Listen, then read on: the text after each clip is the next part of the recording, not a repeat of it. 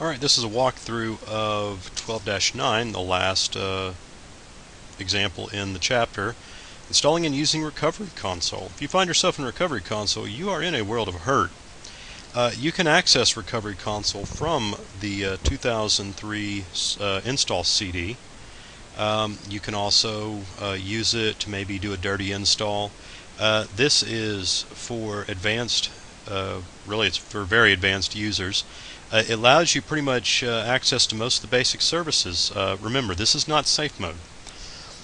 The safe mode with command prompt is just that. It's just like running a DOS box, so you have access to the utilities within Windows 32.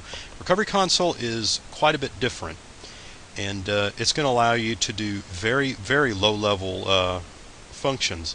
And the book lists a few of these. Like copy, disable, enable or disable services or drivers, fix MBR, fix the master boot record, fix boot, fix the boot sector, in other words, fix the system boot files. You have to have the version. So we're going to go ahead and start. One thing you've got to make sure of is you have the install media. And if you look down in here, this is the install disk that I have. It's an ISO. You can either, from your virtual machine, use the ISO that's under I've shown. I'll be more than happy to show you in the lab how to get to it. In this case, I have it mounted on my D drive. So it's going to be a little bit different from what the book says about installing. It says to go to source i386. I don't even remember if I set that up on this. On my E, I don't believe I have a source. I do not. But it's just easy to get to it from the install media. If I say browse, I'm going to go to my disk, and here's your i386. That's the install. The source is really just saying i386. The install files to actually install Windows 2003 Server from your install media onto the system, and this is the file we want, wint32.exe. That's just the GUI counterpart to this. This would be for doing it from the pure command prompt. Wint32.exe, and this has got quite a few switches that you can use to tailor how you run the install or the upgrade. If you're running it in a version of Windows, it's probably going to be upgrade. And we want to do the switch CMD CONS. And this is going to activate the install for Recovery Console as part of your startup. We'll say OK, and this is where it says you can install the Windows Recovery. So this is tailoring a particular version. 7 megabytes, very small. We'll say yes. Cancel.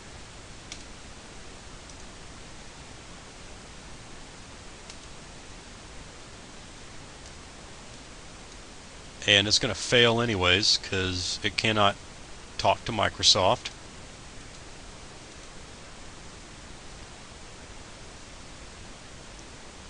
So it's been installed. We'll say OK.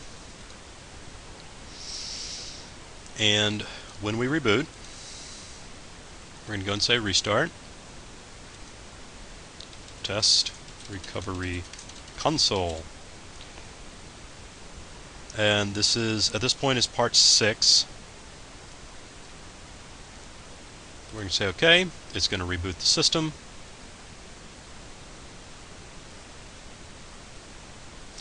We're just going to wait for it to reboot.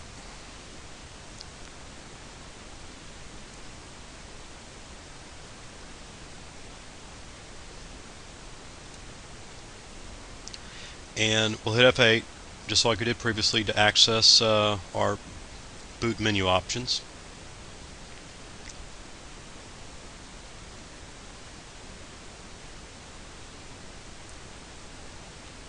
Going, shut down.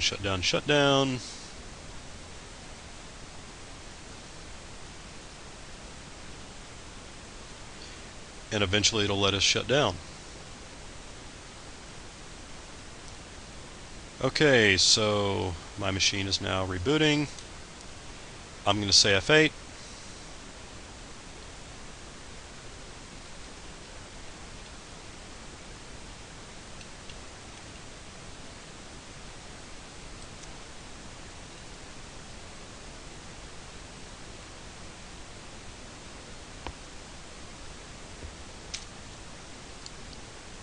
And now we have Recovery Console.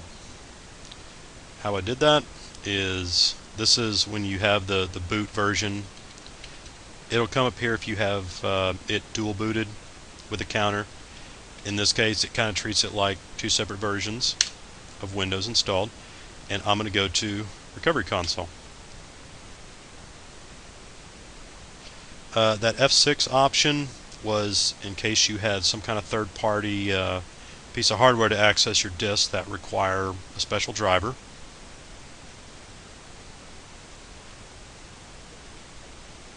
And this may or may not work.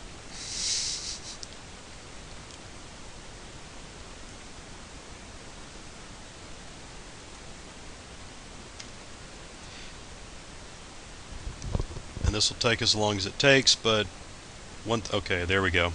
It's starting. Okay. So it's going to ask us which volume.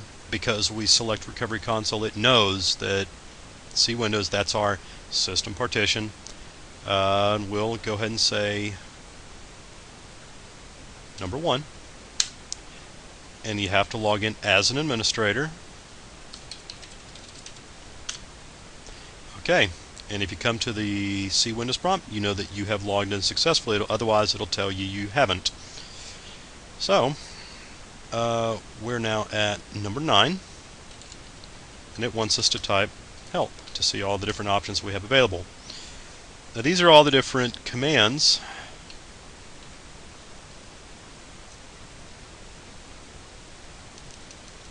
And notice we have quite a few that we have available to us. And the book lists a few of them.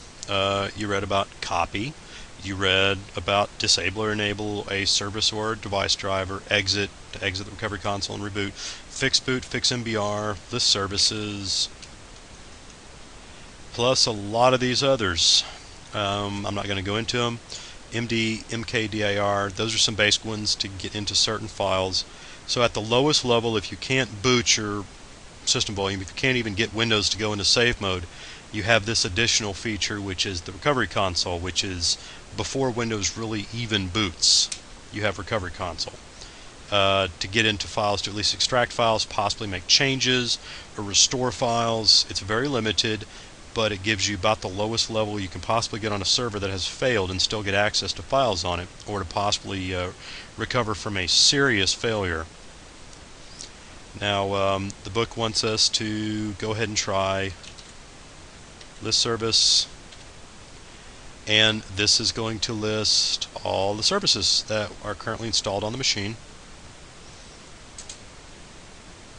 And if you notice, we have here, hitting spacebar scrolls by a page, hitting enter scrolls by one line. And this is just going to go through all the services we have, PCI driver, all the different drivers we have loaded, and there are a bunch. These are everything that are going to be loaded at the startup of Windows Server 2003 based upon hardware profile and currently installed the currently installed configuration. The hardware and services that we have configured for that previous profile, the boot up profile of Windows. So it wants us to say enable. Just to give you an example, remote access, service, auto, start.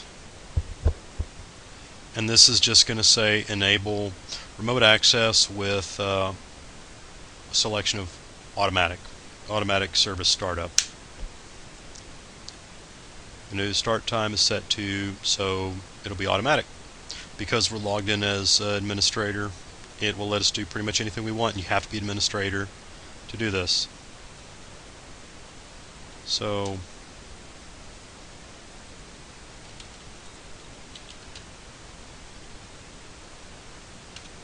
really, we should have come over here and looked at our services.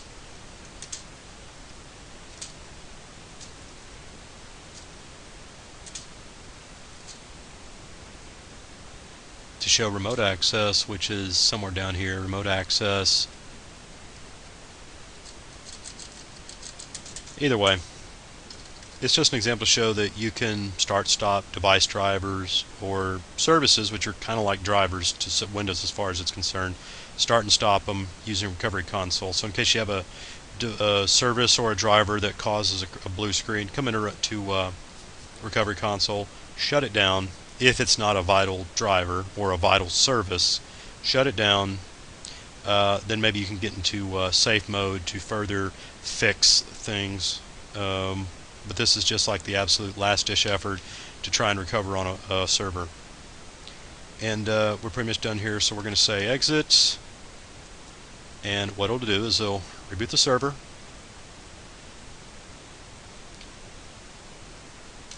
Say 2003, profile 1, and that's going to reboot the server back to normal operation.